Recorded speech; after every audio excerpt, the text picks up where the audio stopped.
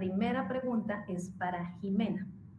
Jimena, escenarios como la industrialización, donde se hizo necesaria la mano de obra de las mujeres y donde se fueron desencadenando movilizaciones y formas de organización como la Liga Sindical Femenina con una manifestación denominada Día de la Mujer, reivindicando el derecho al voto y mejores condiciones laborales. También sucesos como el segundo Congreso Internacional de Mujeres Socialistas en 1910, donde Clara Zetkin propuso la creación de un Día Internacional de la Mujer sin fecha pues precisa, y acontecimientos como el incendio de la fábrica Triangle Blows Company en Nueva York en 1911, también sucesos como la huelga organizada por las obreras rusas de la industria del tejido, conocida como Pan y Paz, entre otros sucesos que ocurrieron, nos muestran un origen del 8 de marzo. Pero, Jimena, ¿por qué hay dos versiones del 8M, del 8 de marzo? Claro, bueno, muchas gracias por la pregunta, me parece también muy importante. En verdad hay dos versiones porque hay una que es más conveniente y otra que es la más real. Sin embargo, en un mundo de posguerra fría incluso es más difícil aceptarlo, pero mucho de la historia verdadera del 8M se pierde por muchos casos por sesgos antisocialistas, por ejemplo, que no son extraños verlos en nuestra región, por ejemplo. Entonces, hay una versión conveniente que es un poco confusa, ¿verdad? Esta es la que nos dice que en 1975 la ONU declara el Día Internacional de la Mujer, y digo un poco confusa porque si vemos la justificación del 8M para la ONU, no queda muy clara, y por eso si uno busca información vemos que hasta instituciones gubernamentales no tienen claro el origen del 8M, traen a colación incluso eventos ficticios. He escuchado la quema de una fábrica Cotton en 1908, esto no pasó. Pero bueno, esto sucede precisamente porque pues se da un poco el borrado, ¿verdad?, del papel del movimiento de mujeres obreras y socialistas a partir del decenio de la mujer en 1975 con la institucionalización de este día por parte de la ONU. Entonces, vamos a hablar un toque, ¿verdad?, de las razones de por qué se dan estas dos versiones. Bueno, no es conveniente para los poderes aceptar que esta fecha se consolida por la Revolución de febrero de 1917. Esta sería lo que da origen a la Revolución Rusa, la primera revolución socialista de la historia de la humanidad. Por supuesto, también tiene relación con la toma de armas por parte de obreros y obreras parisinos en 1871 en la Comuna de París.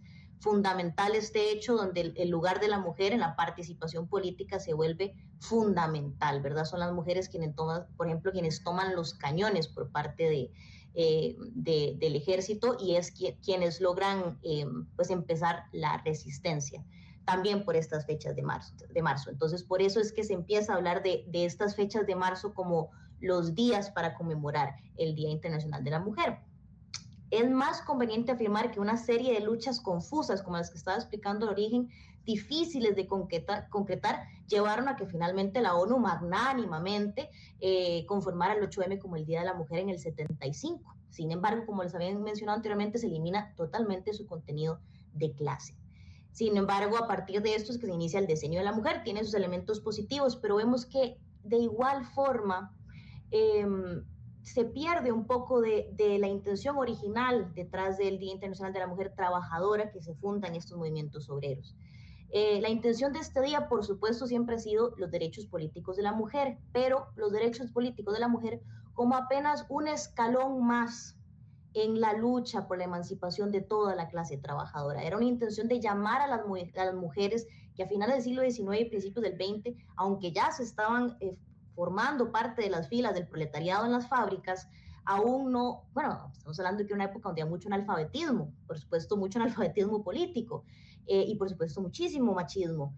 Entonces, por lo tanto, apenas la mujer estaba haciendo, o sea, no tenía la conciencia de ser un sujeto político activo. Entonces, la intención, por supuesto, era que las mujeres trabajadoras pudieran acceder a los mismos derechos que los hombres, pero a su vez tenía la intención de ser un escalón más, no un objetivo final.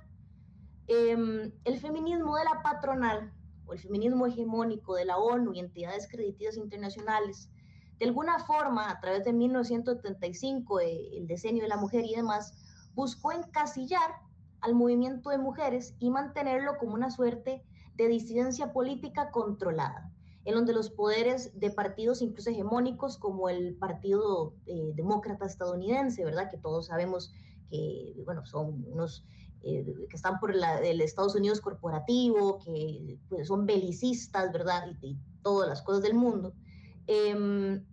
Estos lideren, ¿verdad? Como el Partido Demócrata lideren el programa de los reclamos femeninos a nivel mundial, ¿verdad? Por su mismo, bueno, por su misma hegemonía a nivel de la política internacional. Vemos que lo que pasa en Estados Unidos, el movimiento de mujeres, todos en el mundo sabemos lo que pasa y repercute.